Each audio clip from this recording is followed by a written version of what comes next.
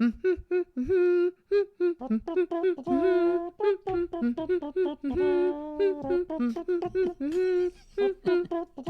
do, do, do. Welcome to the Friends with Benefits podcast, a business podcast about revenue-generating partnerships, not a podcast about business time with friends. We're your co-hosting couple. I'm Jason. And I'm Sam. Welcome to the show, friends. Hello, hello, hello, friends. We are back with our second week in a row of an intro. Kind of fun doing these things. I like it. We just found out last night that we crossed the 20 podcast mark. This was episode 21. What a special episode for 21. Woot woot. Does it feel like we've done 21? Less, more, same? Feels about right. All lovely. All enjoyable. Yeah. It's it kind of feels like we just started, but also feels like we've done about 70. We've had a lot of really great conversations. We were just talking about which ones were the good, the best, great, and I don't think any of them were bad. We've had a really I hope great not, for y'all's sake. True, but they've all been so fun and some really great conversations, and I've got stacks of notes here from them all. So who do we have today? Maybe there's a book coming. I don't know. Got to publish those notes. Wow, yeah, I can work on that.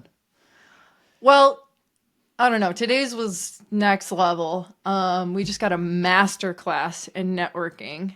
You and I talk about this all the time, how we feel like it comes as second nature to us, but I think we just got schooled. So Yeah. So Scott Leese knows a thing or two about networking and building networks, and like you said, this was a master class. Like I've always thrived on a good network, great connections, circles, that sort of thing. But man, I feel like he just opened up a whole new world of how to not only build networks, but like purposefully build them, effectively build them, and being able to monetize as well. Like taking the whole partnership approach within community and networks. And I took some notes, as you can see here on my desk, like, making it educational and entertaining, and how we connect with multiple people, and making our circles bigger, but still keeping them relatively small. And even further than that, it's not just like building a network for the sake of building a network, but like what you do with that and how it benefits you as an individual, the company you work for, the people in your network. So basically, high level, if you don't have a network, start today, because the spoils go to the networker. Yeah, for sure. That's it. Yeah, it works. Should we get into it? Let's do it. All right, without further ado, we've got Mr. Scott Leese. You guys may know him as a surf and sales guy, incredible consultant, 6-time VP of sales guy. That's a lot of 6 times. It's a lot of sales leading. And he's got a few books that are out there. One little known fact is that he's got 3, and they're kind of a sequential order of books. It's a good little trilogy. Y'all should check it out. Here's Scott Leese. Mr. Scott Leese, Surf and Sales. Welcome to the show, man. We're so honored to have you today. I'm very excited to be here. I was just thinking this is my first ever podcast with a husband and wife team and people from Montana. You got 2 firsts in 1. We're off to a good start. Yes, this is going to be great. That? Yeah, we're already off to a roaring start. This is going to be some good stuff, man. We're excited to be talking to you today. I'm recently introduced to you via LinkedIn and our friends Jared Fuller and Will Taylor and those guys. So obviously I've been living under some sort of damn LinkedIn rock. So it's really good to get connected and see all the content you're putting out there. It's really resonating with what we talk about here on the show, which is why we're really excited to have you today. Appreciate that. Okay, so I'm curious, Scott, for those of you that maybe don't interact with you from a business perspective, maybe they do, but how do Scott Leese's friends describe him? Be honest. Yeah, come with the hard questions first. Yeah, I'm definitely going to be honest. Don't worry.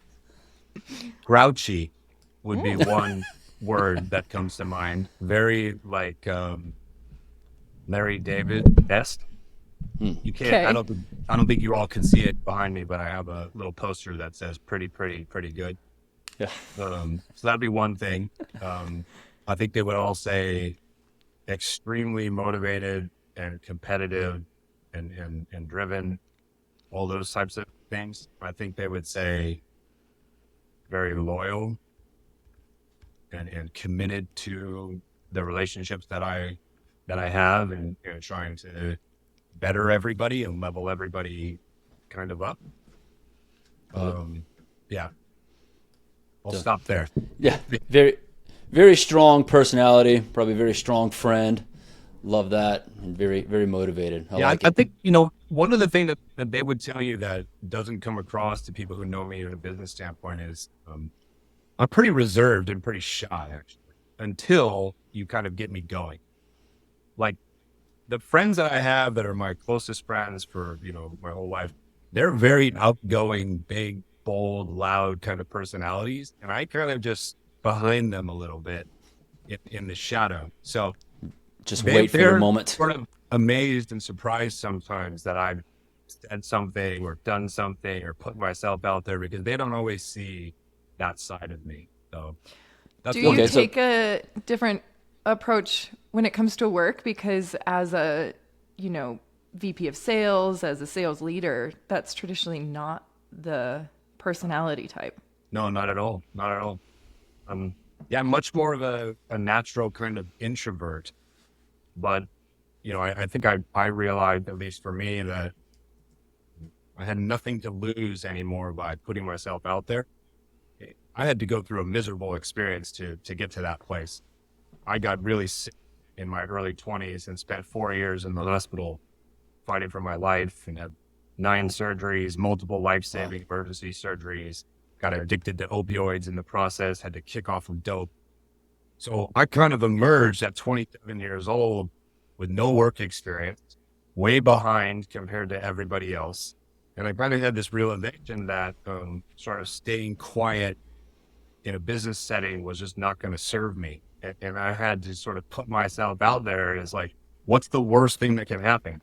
I've just literally been through the worst Yeah, experience, hopefully, that I'll ever go through in my whole entire life. yeah, your So bar is way higher than everybody else's. yeah, like, what am I worried about being embarrassed? I'm worried about somebody hanging up on me. I'm worried about you firing me. What the fuck do I care if you Yeah, fire me? I survived that. I think I could find a new job, right?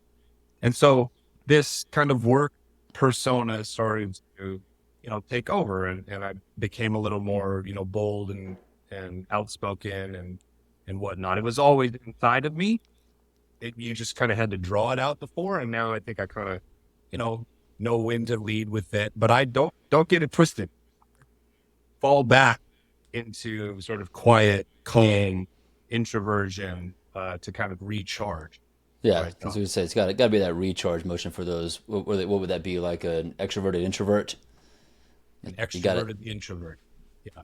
An You got it. introvert posturing as an extrovert nine It's a hours, real 10 thing. hours a day. Yeah, I can 100%. relate. No, and I'm sure that work persona or that work attitude kind of is what carried over into LinkedIn, and it's kind of what's given you that personality, that following, and that ability to speak directly to people now.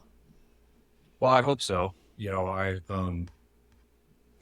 think I very much am who I am. I never, I might be more extroverted in a work sometimes, but I never changed like my ethos or my philosophy. I've always spoke my mind. I've had no problem disagreeing with people, above me that, theoretically held more power than me and whatnot. But I'm always trying to fight for myself, my team members, and so forth. And I think I got to the point where my skills kind of matched my, you know, stubbornness or competitiveness or whatever. And so now I'm sort of like, well, I'm just going to say what other people are afraid to say, or they're worried about the consequences. I don't maybe have those consequences to worry about.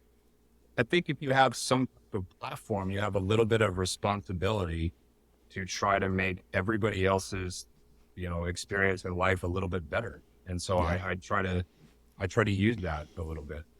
love that. Love that. It's actually a good kind of transition to one of my first questions for you. And like in one of your books, More Than a Number, you kind of emphasize the importance of valuing salespeople as individuals.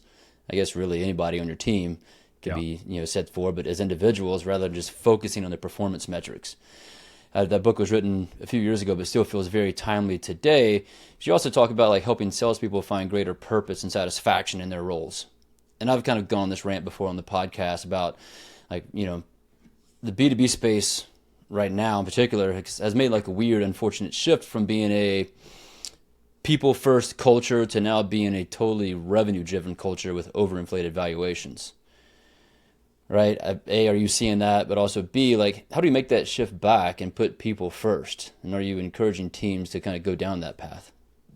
Well, I think it's very generous of you that you have the view that it needs to be people first.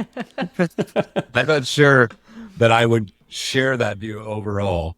Interesting. Okay. But there was a moment in time, specifically when the pandemic hit, that it's like all the power shifted to the employee. And then, that gave everybody, emboldened everybody to kind of like speak up about things, advocate for themselves and others, be like, no, I'm not tolerating this thing anymore that I used to tolerate. And then the pandemic, wound down, you start to see the employer start to try to retake control and the employee start to give some of that control back. And then to your point, the economy went nuts and all the valuations were inflated. And now you got a lot of people operating from a place of fear again, Yeah. where they're scared to speak up. They're okay with returning to the office because they feel like they don't have a choice and that type of thing. Do you find the employees, like, or employers, kind of holding that fear over employees? Yeah, I do. I think it's both, though. I mean, the employers are terrified because their numbers suck and they can't. So it's fear on both sides. And so no one's operating out of opportunity right now. Everybody's operating under fear. I fully agree with that. So I just always felt like my job as a leader was to help the people under me to wherever it is they want to go next. Period. Whatever that meant. Right? And so the only way for me to know that was to really get to know every single person on my team, which not that hard if you have 2 or 3 people under you. right. But when you have 20, 50, 100, 250, it becomes increasingly difficult. The only way to do it is to actually fucking prioritize and make it part of you. Absolutely. That was how I saw my job was to understand what was going on with Sam in her world and what was going on with Jason in his world. Why are they here? Why are they willing to do now what they've never been willing to do previously? Why are they trying to get to this place? Right? And the more I understood these things about people, I knew how to motivate them, or I knew how to support them, or I knew how to coach them, or I knew how to coach my managers on how to coach them. And so I always just thought of it as I need to turn my team into better people, and better people will perform better, right? And it was really that kind of simple for me. So I didn't do like traditional one-on-ones and OKRs and pipeline reviews and all this. I didn't do any of that shit. Nice. I would be like, Jason, let's go for a walk. And we would walk around the block and I'd just be like, what's going on with the kid? And you'd start talking to me about your kid.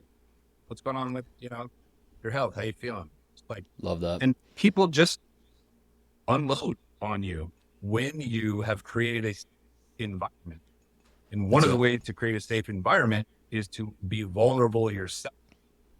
And so Absolutely. I have told my story a million times about my health struggles in the past, the health struggles I go through now, the injuries that I have, the therapies that I go to, all this kind of stuff. And so in my mind, at least, I'm sort of setting the tone, like it's okay to talk about this stuff. It's okay to be human.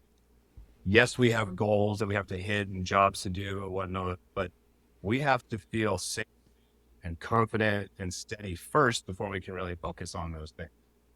Man, and absolutely. so that was how I led and how I built my works. I find this so interesting. Where were you when I was getting started in my career? Well, you guys you be easy on yourself, because I'm just going to call a parallel here. Like, as partner professionals, we talk about this all the time on the podcast here, but like, one of the major ways that you have to be successful in your organization is doing exactly that, but with your whole internal team before you can even be successful on the outside. And so it's not just with your team, it's with everybody, but it's also just like being a good human. It's with your network. It's point blank, it's building a network internally, externally, across the board, being a good human and building trust. And Yeah, Exactly. and when you put in that work and you help all these people solve challenges and problems at work, home, whatever, it brings loyalty. And people 100%. will now run through a brick wall for you. They'll follow you from one job to the next. Hell yeah, they'll introduce you to this person that, they know that you want to talk to and don't know yet. Hell yeah, they'll help you promote this thing or whatever. But right, like that's the kind of karmic circle that it creates. Is it in no world that I've experienced is there a negative Not to at all. operating from that Not place. at all. And I think I could spend the rest of the podcast talking about this because this is the kind of shit that I love. But man, I've experienced that as well. It's like even in starting new programs, like my first 30 days, any of the new partner leaders that I get the opportunity to coach now, it's like spend your first 30 days getting to know your team, getting to know, especially as Sam's talking about, we have to work with all these other teams. We got to get their trust. We got to be relatable to them. Like come in and be open and willing to share whatever it takes with them to get them on your side as well. Not from a superficial standpoint or a fake standpoint, but really make it honest, open, and really work on building that trust. I think that's really what's missed out on people's first 30, 60 days in starting new companies. Yeah. I'm remembering Elliot Smith's conversation about how he did that, but he had so many direct reports, Scott, to your point, that he created a Google Doc to like keep track of like, Scott has 2 sons. Jason has 2 kids. They're married. They live in Montana. So that like, that seems superficial, but it's real. And then you can, you don't have to start from scratch every time you Very have a real. conversation with somebody. I had a roster basically, and this roster had notes, just like if you were a scout for like a sports team or something, you'd be like, Sam runs a 4.3 40. God, I wish. Jason benches 300 pounds, right? It'd be like, Sam is dealing with this, Jim is dealing with this. Scott is trying to save money to put a down payment. Someone's trying to get married and needs to pay for a wedding. And someone's got a health issue and his partner is, abusive. Like whatever is going on, I've seen every scenario that there is. So I had a roster with notes. I wasn't smart enough to have a Google sheet. It was all like written down in paper and whatnot. Like one of But these. very relatable. Everybody's got their poison. Yeah, no, I love that, and we can move on for this. But I'd kind of been doing the same. Like I do these coffee chats to help people that have been recently laid off, and I use my notes app in my phone. I just put their name, kind of where they're at, and what they're looking for, what they're up against, what they're facing, and so I can come back to that and recall that. Anytime I'm messaging them, checking in on them, and try to do a good job of following up and being present and aware enough to listen and take those notes and actually give a damn to the new people I'm talking to, because 70 to 80% of these people that jump in these coffee chats on my calendar are people that I don't know. Yeah. So it's a really good opportunity to, really listen and take the notes. And I've said before, you never really know who you're going to be able to help or who might be able to help you. That's it. So, a lot of people, when you've been around for a while, you're hyper conscious of how you spend your time, right? And you're like, oh, I should only prioritize calls that are earning me revenue, like, or whatever. No, you actually need to prioritize helping other people out, having conversations that cost them nothing, earn you nothing right now, partially for good karma, but also who is that person to become? Yeah. What will they grow into? Take this call with a 22-year-old SDR today just to give some advice. Well, what you don't know is they remember that. They implemented your feedback. Now they go to your ski and sales event. In 10 years, they're still connected to you, following your content. In 10 years, they run their own startup and they're like, hey, I'd love to hire you to help get our sales org off the ground. And now you've got yourself, a consulting gig or whatever, right? Like these things stack upon themselves. 100%. They might be able to help you with something and you might be able to help them. You just don't know. So why It's a long game. some of those calls? I feel like I've built my entire career on that game. Okay, so speaking of career, I I'm so curious on this, and I've heard you speak on this a lot, but we have some questions for you about some things you've said on other podcasts and on LinkedIn and whatnot. So you've been a VP of sales 6 times, Yeah. plus or minus. Okay. Yeah. So you're very familiar with the traditional sales motions, I think would be a fair assumption. And as we just kind of talked about, you are super comfortable pushing those boundaries.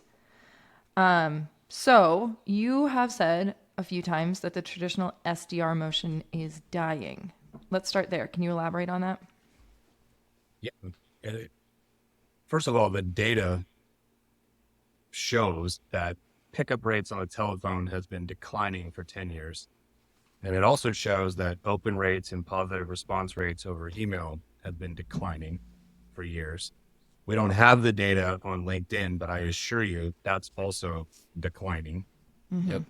And part of the reason is we don't behave as humans the way that we used to in terms of how we communicate. When the 3 of us were growing up, I think you're all about my age, maybe not, I don't know, my age at least. Yep. When the I'm with phone you. rang in my house, my brother and I sprinted to the phone. Everything stopped. No. Everything yeah, stopped. It was a And moment. my mom would like not leave the house. She was expecting a phone call. Yep. It was like an event and it was to be celebrated, right? We didn't look at it as a distraction back then.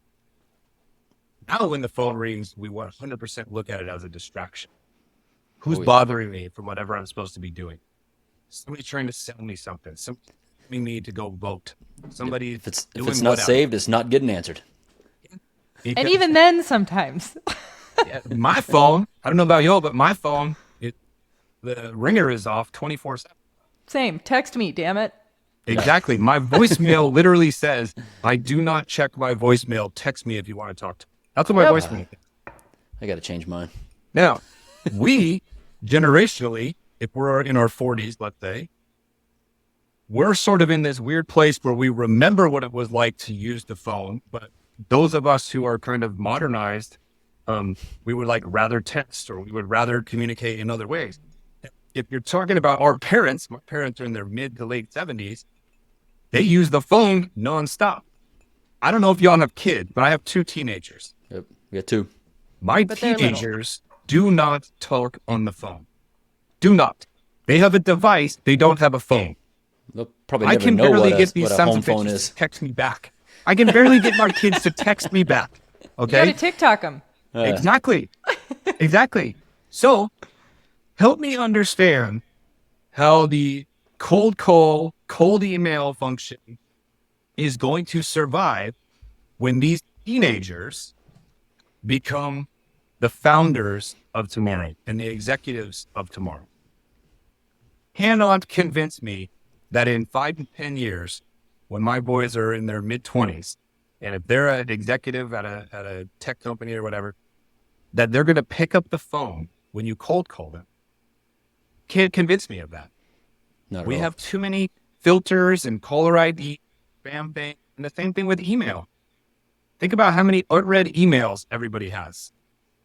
Think about how many different places you're getting bombarded with notifications from all day long.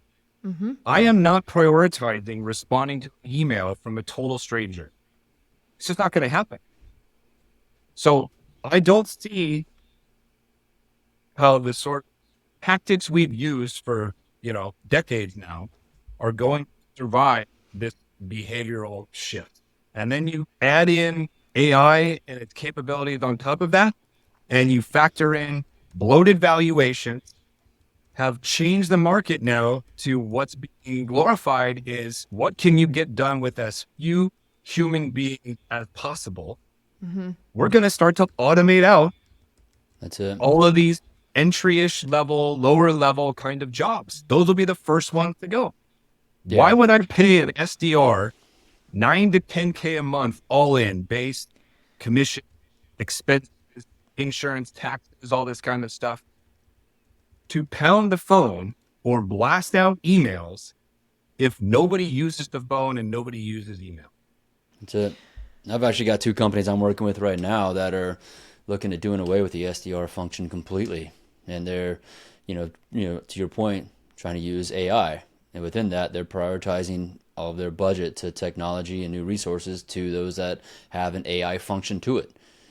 Wasn't expecting that this early, but I've got a couple of clients that are going down that path. I also So we're I think we completely agree with you. Obviously, we're both in partnership, so we know the value of intros and whatnot. I think that the traditional SDR motion could be just moved a little bit with different metrics because twofold.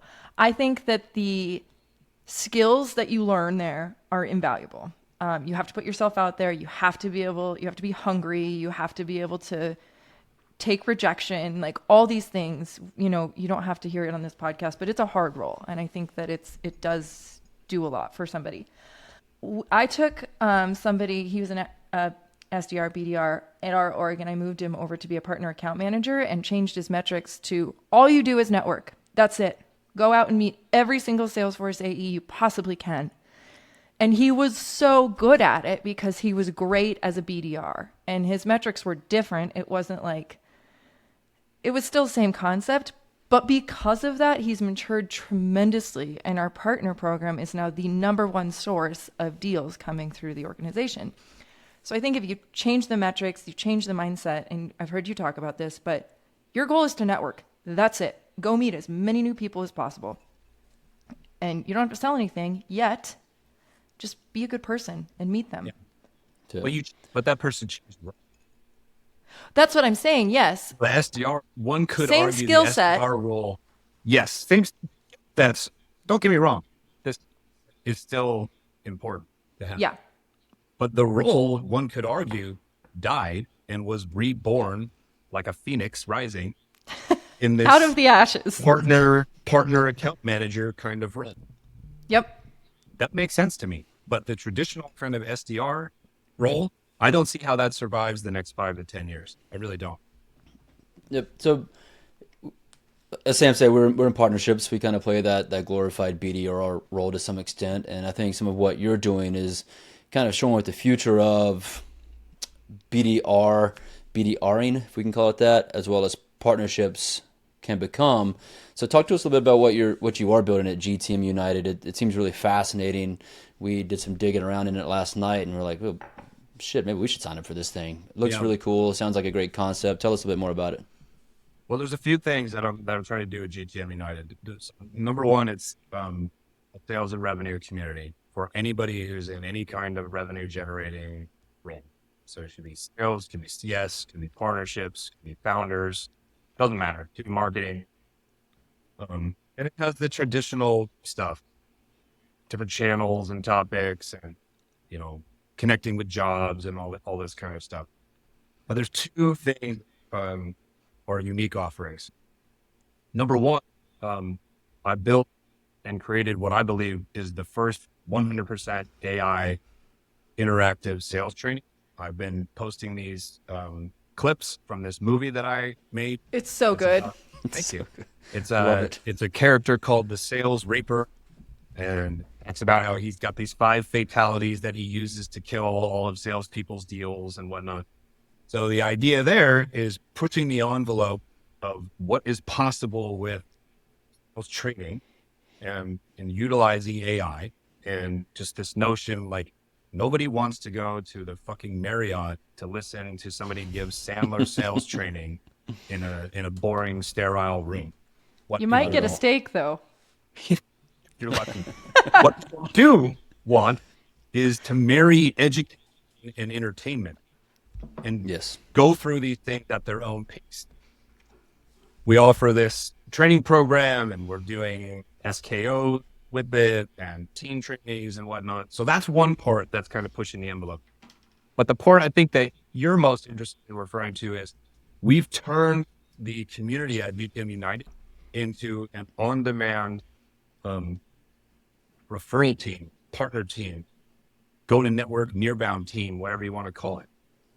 I've been running this motion for years on my own where, tech companies know me and they say, hey, Scott, it looks like you know Sam. Can you put me in touch with Sam? I put him in touch with Sam and then they close the deal and I get paid. I've been doing that on my own for a long time. And what I realized was there was two big mistakes that were being made. The first mistake was on the company side. They would say the name of one or two people they wanted to reach. And most of the time, if you just ask about one or two people, the answer is no, I don't know that person well enough to make an intro. So the mistake was they weren't asking at scale. They should be sending me over a list of 100 or 200 different names and accounts, so I have a better opportunity to be helpful. My failure as the connector was if I didn't know this person's name, I stopped. Right. What I should have done is gone down network further. What I should have done is turned my community onto this and split the commission that I would earn with the community. That's what I've done. I've created this income earning opportunity for GM United members. I've been teaching them about partner selling, referral selling, nearbound selling, go to network, all this kind of stuff. So right now we have about a dozen design partners like Gong and Orem and Reggie, tech companies that a lot of people would have heard of. They submit to me a list of a couple hundred accounts and contacts that they're trying to get a hold of. I put that list in front of the whole community, and the community raises their hand when they know somebody well enough to make an introduction. And then we make those introductions, and the companies pay United, and I take, half of what we get paid and give it over to the community member who was able to make the introduction. We're the first community that I'm aware of that is really like creating opportunity both on the vendor side and for a community member side like this. Referrals at That's scale. incredible. I listened to a few podcasts in prep for our conversation today and heard you talk about this, and I had to stop and rewind every time because I was like, this is brilliant. It's like, it's our job, but at scale. Following this call, there might be a second community that spins up real fast doing the same thing. Well, honestly, I have been wondering why communities that are much larger than mine haven't put this into practice. And I don't know the answer. Every single day I wait for one of them to do it. I'm sure it's inevitable. Mm-hmm. You said the key word, Sam, is like doing this at scale. Mm-hmm. We've been on this one-off basis making these intros and whatnot, but we have found a way to do it at scale. Right? And that's what I'm trying to do. Think about this world where cold calling and cold emailing undeniably don't work as well as they used to. And you think about where we're headed, and you think about, well, how am I going to open opportunities in the future? This is happening. Mm-hmm. Your network is how you're going to open opportunities up. The trust is already there. When the trust is already there and you've got mutual opt-in introductions, the sales cycle decreases. The average contract value increases. Yep. I think you will pick up a phone call from me if we're friends. You will respond to an email from me if we're friends. Absolutely. And that's, I think, where we're headed. And so I'm just trying to, stay ahead of the curve and push the envelope a little bit and teach people this motion, get them ready for what I believe is. Yeah, and there's a huge lesson in this. I know, like yourself, and there's a few others out there that are, taking this partnership talk, the near-bound track outside of just traditional partnership models, because, we've been doing this for a while. Like most people are just thinking the ISV to ISV relationship or ISV to SI relationship, and that's the network, so to say. But anytime I've been in a role, I'm always encouraging people to let's look at my LinkedIn, let me export my contacts, give it to you to begin make an ask on. And I think the company that has partnerships most often is overlooking the fact that your team has this network and how to tap into it. Mm-hmm. They overlook the fact that, look, I've got we'll call it 5,000 followers on LinkedIn. I can export that list out. We could begin to map that against the AEs and the accounts and see where I can make some introductions and help out. So, companies just aren't naturally using that process yet. Yeah, I think they're not really using it for a couple of reasons. Number one, I don't think they're aware of it. So that's where this education piece comes in. And the more people like us who are evangelizing this motion, so the awareness kind of kicks in. The second part is you can't run this move if you don't have a network. Yeah, exactly. It can't be done. You have to be able to people action.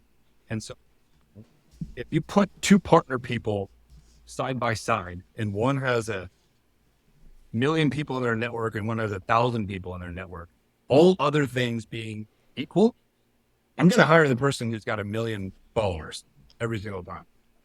And so everybody needs to be growing their network as a daily KPI. And there's a lot of people who don't have a network, so companies can't mandate this motion. And the third thing is they overcomplicate it and over-engineer it. They're like, well, how do we do this, in the right way and all this? And I'm like, fuck, just put 100 company names in a spreadsheet. That's it. Put the contact name next to them and put their LinkedIn profile there and send it out to your cap table, your employees, your friends and family, your micro communities that you're a part of, your advisors, certain influencers in your space, and just see if any of them can make an intro. That takes no time at all for a potential ROI of, whatever your average contract value is, right? It's That's it. free if you're only paying on closed revenue. There's no risk. That's Totally. it. They over-engineer it, though. It's just like, dude, just start with the most simplistic way. Just like build a new program. Start with 2 or 3 people. Start with 2 or 3 influencers. Test it out. Make sure they have the right, network, the right match to your ICP. Test a few things out. See if it works. Add a couple more. It doesn't. You make it super narrow, super simple, super calibrated. And you can build it. I do want to go back to, like you mentioned, like the million versus 1,000 network. And my thoughts in all this network talk outside of this conversation here is really picking the right network, right? Your million to my 1,000, my 1,000 may be way more engaged, right? Versus 1,000,000. And let me give you this example. Is like I used to do a lot of social media influencer work, and one of my brands was Kia that I did a lot of work with, and I had a very small following on social media. And they had others that were coming in that had millions of followers. And I straight up asked them, I was like, I'm your smallest guy you got here. Like, why are you working with me? And like, you're the best storyteller that we've got. Like, you're what we call a micro influencer. And I was like, oh. And they were like, you get great storytelling, you get great engagement. Your engagement is real versus the millions of followers that other people have on Instagram, who's a lot of bots and stuff like that. So where I'm going with this is like, how do you ensure that you're building the right network, you're building the right audience, and as the vendor, you're working with the person that's built that right audience? Well, in my example, I was assuming that we both have the same quality of audience, the same target. Sure. Totally agree with your point. If it's not constructed the right way, then it's no longer apples to apples. Because there's a lot of people out there, and like Sam and I were talking about this last night, that are just simply hitting the connect button for the sake of having millions of people out there, instead of making sure that it's the right one that lines up to how you can actually scale your career via your network. Yeah. Right. I think I disagree with you too on this, though. I think with LinkedIn in particular, you've got 30,000 before they cut you off in terms of connection, right? And then once 30,000, it just moves into follower numbers. Okay. Until you hit 30,000, I actually don't think you need to be that curated. Now, I'm not going out there. I'm not telling people go connect with, nurses and garbage men if you're in. But if I'm in sales or in partnerships or whatever, I don't have to curate that much. Anybody in a revenue kind of role is relevant for me. Sure. So any likewise. Any account executive, any sales manager, any VP of sales, any founder. It's like anybody who I might work alongside one day, or who might hire me one day, or who I might hire one day, is relevant. So for the first 30,000 connections, I'm indiscriminate inside of those categories. Once I get above 30,000, now I can try to dig in and get a little bit more hyper-focused potentially, right? In terms of who's the audience that I need to connect with the most in order to get more business for myself. But eyeballs and visibility are very, very important. can't convince me that you with 5,000 followers and me with 106,000 plus followers, and we're relatively in similar spaces, you can't convince me that you know more people and can be more effective than I can, unless, to your point, unless I have no experience with a particular like product or industry. I've completely ignored it. But Yeah, if that's it. if my 106,000 and your 5,000 are all this same type of people and all the same category and whatnot, then the person who has more has a better opportunity, right? If you Yeah, had absolutely. 106,000 of versions of the 5,000 you have in terms of the strength, you would be able to perform better, in my opinion, than you can right now. And that's the message that I'm trying to get out there. So I actually think that the size of your network matters. You don't need to be that picky in the beginning. You get Gotcha. Well, and I pickier think as And you go. you've actually got the experience to back that network up and to speak to that network and engage them as well. So like that level of being able to create that engagement also matters, right? And if you Yeah, didn't pick and up on what Scott's saying, like size matters if we're yeah, going. and you can't be stupid either and succumb to the trap of like, I'm going to buy a bunch of followers, no way. or I'm Right. going to buy engagement, or I'm going to create a pod. I mean, there was a whole controversy last week where somebody got exposed, who was a top 200 creator, got exposed for having a pod where they were texting, like, not kidding, 2,000 people Wow. their LinkedIn post every day, and it was like a agreement from everybody that everybody's supposed to, right? So you get like 2,000 likes instantaneously. You're trying to game the system like that. That's not building an authentic network, Not at all. right? You Yeah, can't completely agree with everything you're rush saying. it. You can't rush it. My point. So going back to like, you sat in the seat of VP of Sales, sales leader. We have seen this firsthand. Why is this network not one of the main tools in a VP of Sales tool belt? Not only network, but like this goes more to like a change management question. How can we make it be a part of their go-to tool belt? Because it's a new motion. There is change management. Like, where did this light bulb go off for you in that seat? And how can we as partner managers help that happen for our sales and marketing teams? There's a Good few question. questions there. Yeah, sorry, I just rambled.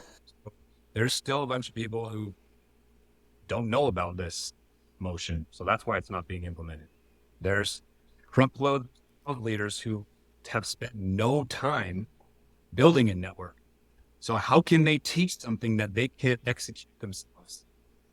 Good So point. whether that's fear or shame or naivete or whatever you want to call it, like they can't teach their team this motion because they haven't actually done. Then there's people who have built their entire career and brand on like, I'm the best cold caller ever. Well, this is a threat and an existential crisis for them, where their livelihood is at risk in a very real way. And when people feel backed into a corner, they come out clawed, sharpened, ready to like attack. So I'm getting tons of hate mail behind this. Y'all wouldn't I believe. could only Or imagine. evangelizing this, and it's from these people. Again, their income, their livelihood, their reputation, their career is all about cold calling, and they haven't built a network. They're not going to teach people this thing that will make them obsolete, right? Right. And the last All of a thing I'm sudden, saying, you're a threat to them. because it's new, not enough people have seen the big ROI, the big results yet, right? And Yep. there's a lot of people who are still getting good enough or some results from these traditional methodologies. And so they're not going to drop those traditional things until they stop working. And I don't blame them for that. Where I do blame them is for not supplementing their cold call efforts and cold email efforts with this go to network referral kind of motion. So how do we Okay. help them? Number one, again, we have to continue to like teach people what this motion means, how to execute it in a simple, non-threatening change kind of way. We have to start talking about the results and showing people the results.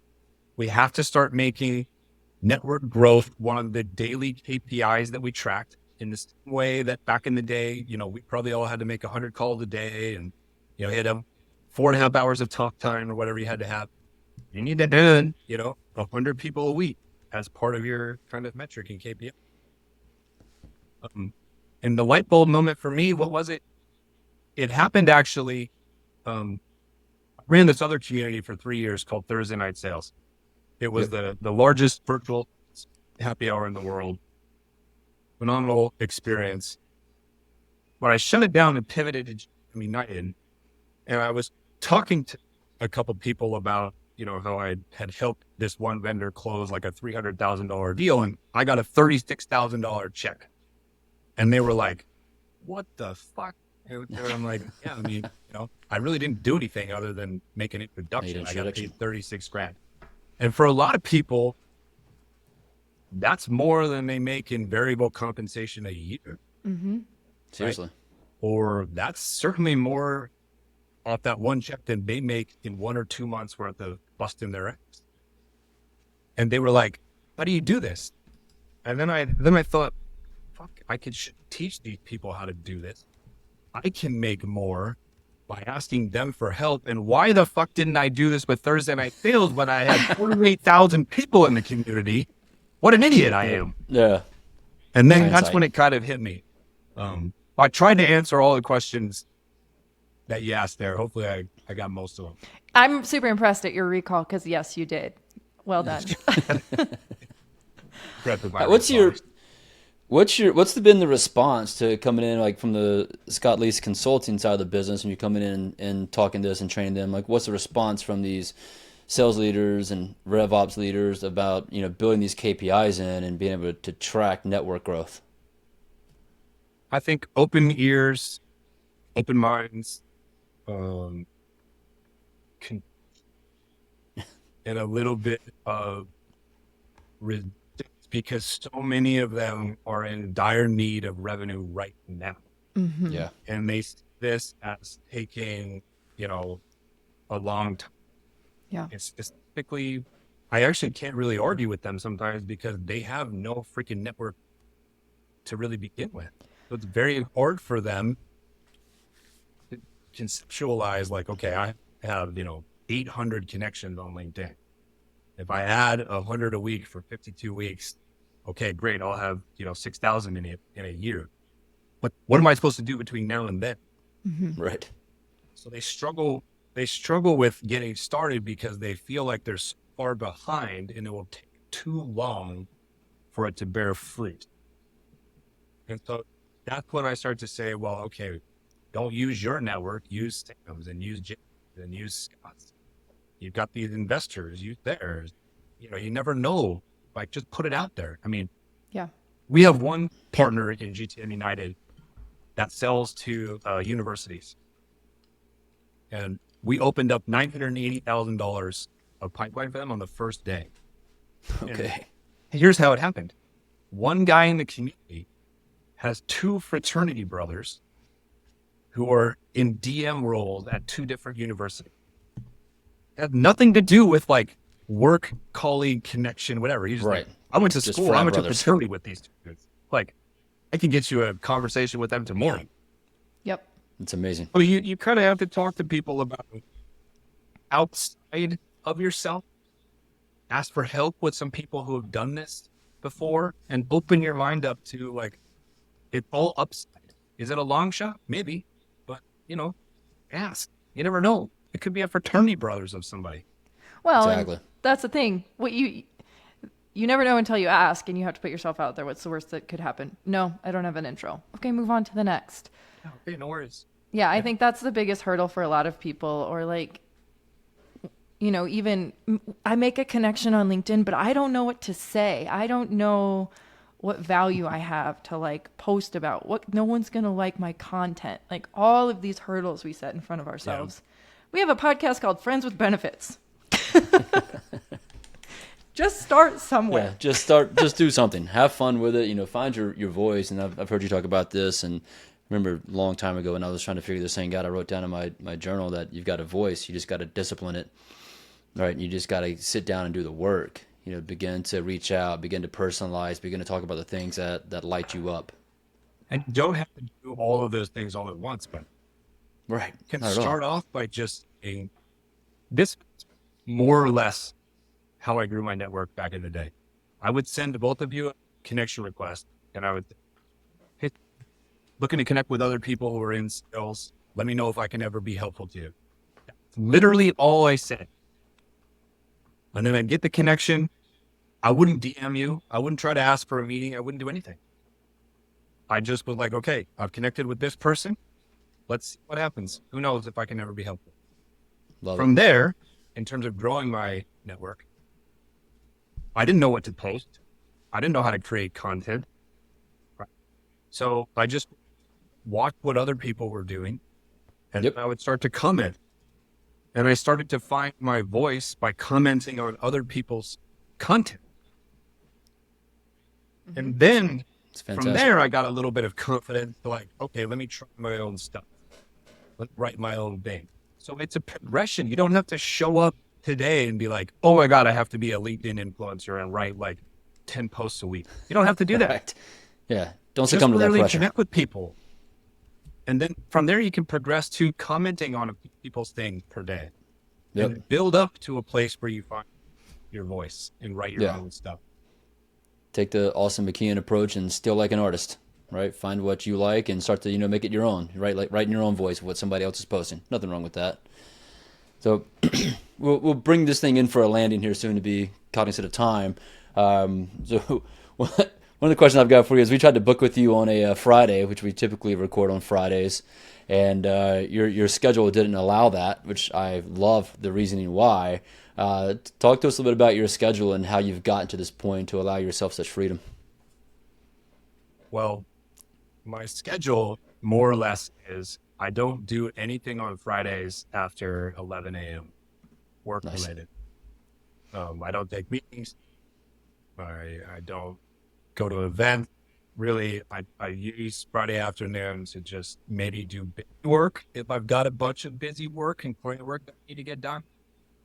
Or, you know, tomorrow I'm going to play golf, and then Nice. I'm refereeing a soccer game. So, helping my Friday afternoon and early into the evening. My calendar actually says, "Do not take calls," because I am the type of person that will be tempted. Okay, I've got a window in. here. Yeah. Yes, to sneak one in and the one becomes 10. I am that person, so I block it out. And on Mondays, I don't take calls and meet with clients on Monday. I take I'll do like a couple calls with, prospects maybe, or something like that. Or maybe I record a podcast, but I don't do anything on Mondays really before noon. So I basically Tuesday, Wednesday, Thursday, and I have no problem working my butt off for 3 days in order to enjoy Friday, Saturday, Sunday, Monday a little bit more than Beautiful. other people do. Now, how did I get there? I mean, I spent 15 years working 12 hours a day in the office, at home, 5 going days a in on week. weekends, doing all of the hustle culture stuff that everybody would cancel me for right now. But that's what I did. I didn't grow up in a sales environment where AI was everywhere and productivity tools were everywhere. I grew up in a world where I didn't have a CRM. I didn't have a lead list. I didn't have a fucking hit when I was making calls, right? So Yeah.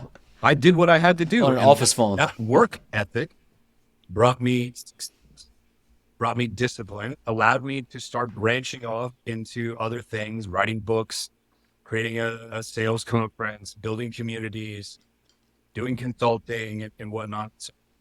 So, I've been doing this stuff for 20 years now, right? and I'm not beholden to anyone. I work for myself. I partner with people in a couple projects, my consulting business, but my community and my Right. so it's kind of how I got there, and for me, for right now, I've constructed my work-life balance, if you want to call it that, in a way that I enjoy and works best for me. Get your Yeah, you priorities were straight. articulate about getting there. Okay, so we like to finish the podcast with a question that has nothing to do with this conversation or work. With B2B and work. Perfect.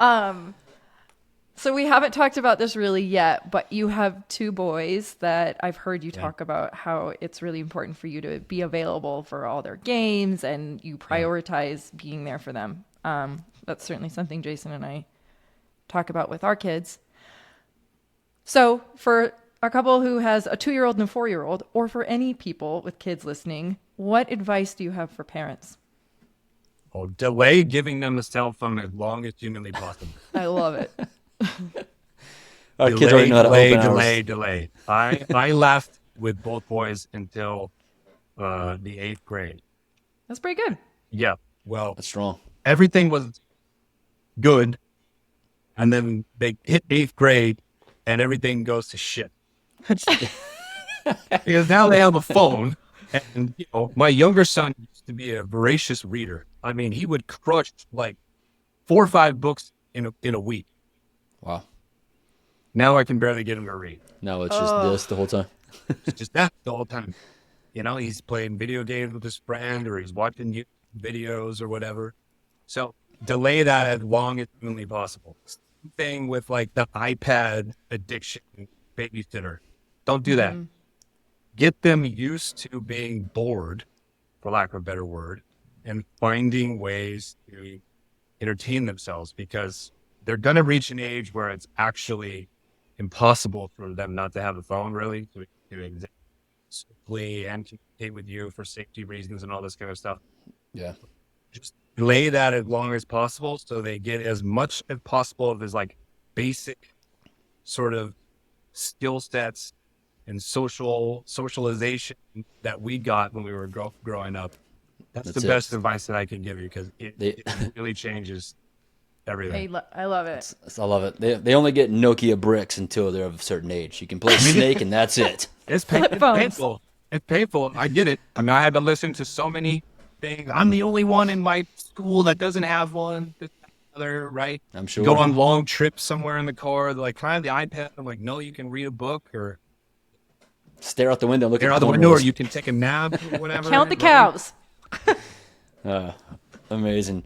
This has been great. I do have one last one. I think you and I share a similar love and passion outside of work. I noticed your LinkedIn profile has a picture of Bodie. Oh yeah, from Point Break, and where does Point Break rank in your all-time favorite movies? Because it's pretty high for me. number 1, my favorite movie of all time. No question. It's top 5 for me. No question. A million relatable and applicable stories to like what we do for work. For example, go for the register, not the vault. Exactly. Meaning, once the prospect says yes to something, shut up, take the deal, stop trying to talk your way into a bigger deal and blow the whole thing, for example. Get the money and run. Get what you got. Also has surfing and sports involved, Patrick skydiving, and bank robbery. Like, listen, let's be honest.